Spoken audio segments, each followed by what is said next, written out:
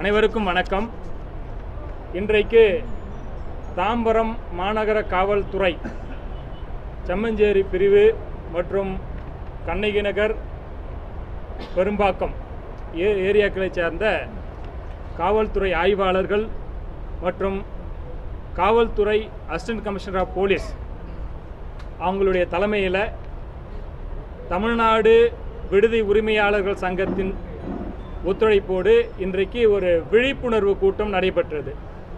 இந்த விழிப்புணர்வு கூட்டம் என்பது எங்களுக்கு ஒரு ஐ ஓப்பனர்னு சொல்லுவாங்களே, எங்களுக்கு ஒரு பெரிய ஒரு கைடன்ஸ் மாதிரி இருந்தது.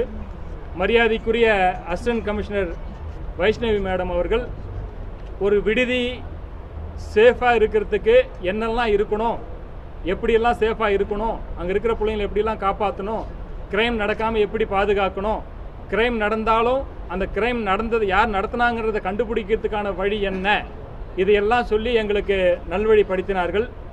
எங்கள் தமிழ்நாடு விடுதி உரிமையாளர் நலச்சங்கத்தின் சார்பாக காவல்துறைக்கு முழு ஒத்துழைப்பை நாங்கள் அளிப்போம் என்று இன்றைக்கு நாங்கள் வாக்குறுதி அளித்திருக்கின்றோம். இனிமேல் எங்களுடைய விடுதிகளில் சிசிடிவி கேமரா கண்டிப்பாக இருக்கும், நைட் செக்யூரிட்டி கண்டிப்பாக இருக்கும், சென்சார் போட்ட டோர் கண்டிப்பாக இருக்கும், யாரையும் அன்வான்டாக எந்த டீட்டெயில்ஸ் இல்லாமல் யாரையும் இன் அண்ட் அவுட் ரெஜிஸ்டர் இருக்கும், இன்மேட்ஸோட டேட்டாஸ் எப்போ வந்து காவல்துறை கேட்டாலும் பக்காவாக இருக்கும் அப்படின்னு சொல்லிட்டு நாங்கள் உறுதி அளித்திருக்கிறோம். இது எல்லாம் நல்லபடியாக நடக்கணும். காவல்துறையும் விடுதி உரிமையாளர்களும் இதை சிறப்பாக செய்வோம் என்று இந்த சமயத்தில் கூறிக்கொள்கிறேன்.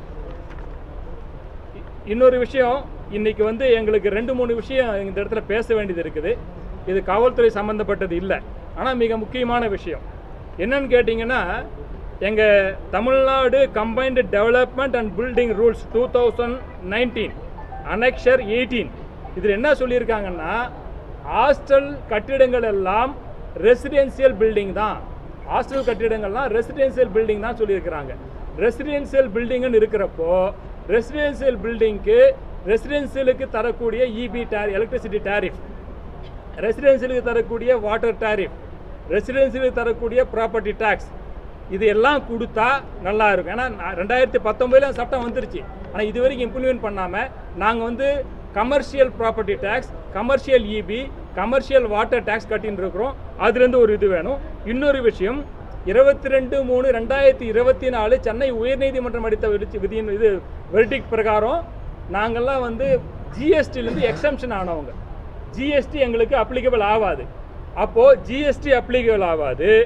பில்டிங் வந்து ரெசிடென்சியல் பில்டிங் ஆகிடுச்சு, ரெசிடென்சியல் பில்டிங்னா டொமஸ்டிக் பில்டிங் ஆகிடுச்சு.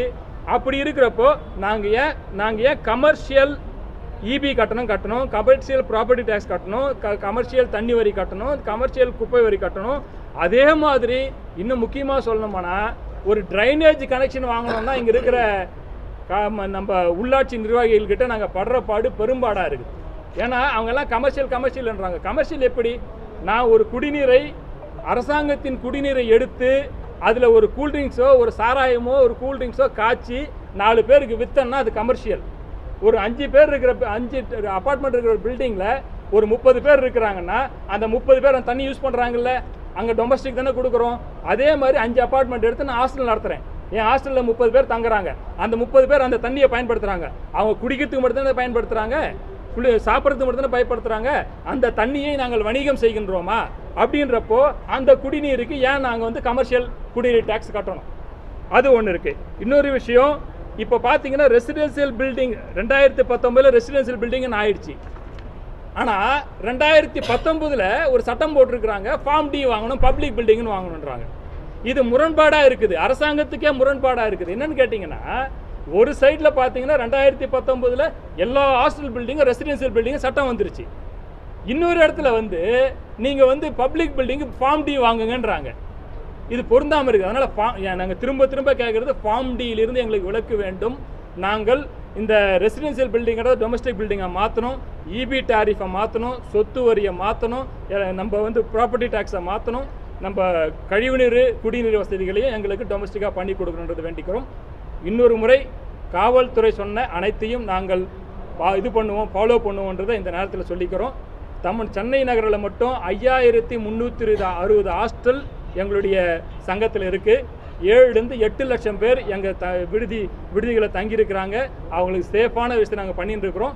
எங்களுக்கு எந்த தொந்தரவும் கொடுக்காம இந்த சட்டங்கள்லேருந்து விலக்கு கொடுத்து எங்களை இந்த சமுதாயத்தில் நல்லபடியாக தொழில் செல்வதற்கு அரசாங்கமும் முதல்வர் அவர்களும் உதவி செய்ய வேண்டும் என்று கேட்டுக்கொண்டு இன்னொரு முறை காவல்துறைக்கு நன்றி கூறி விடைபெறுகிறேன். நன்றி, வணக்கம்.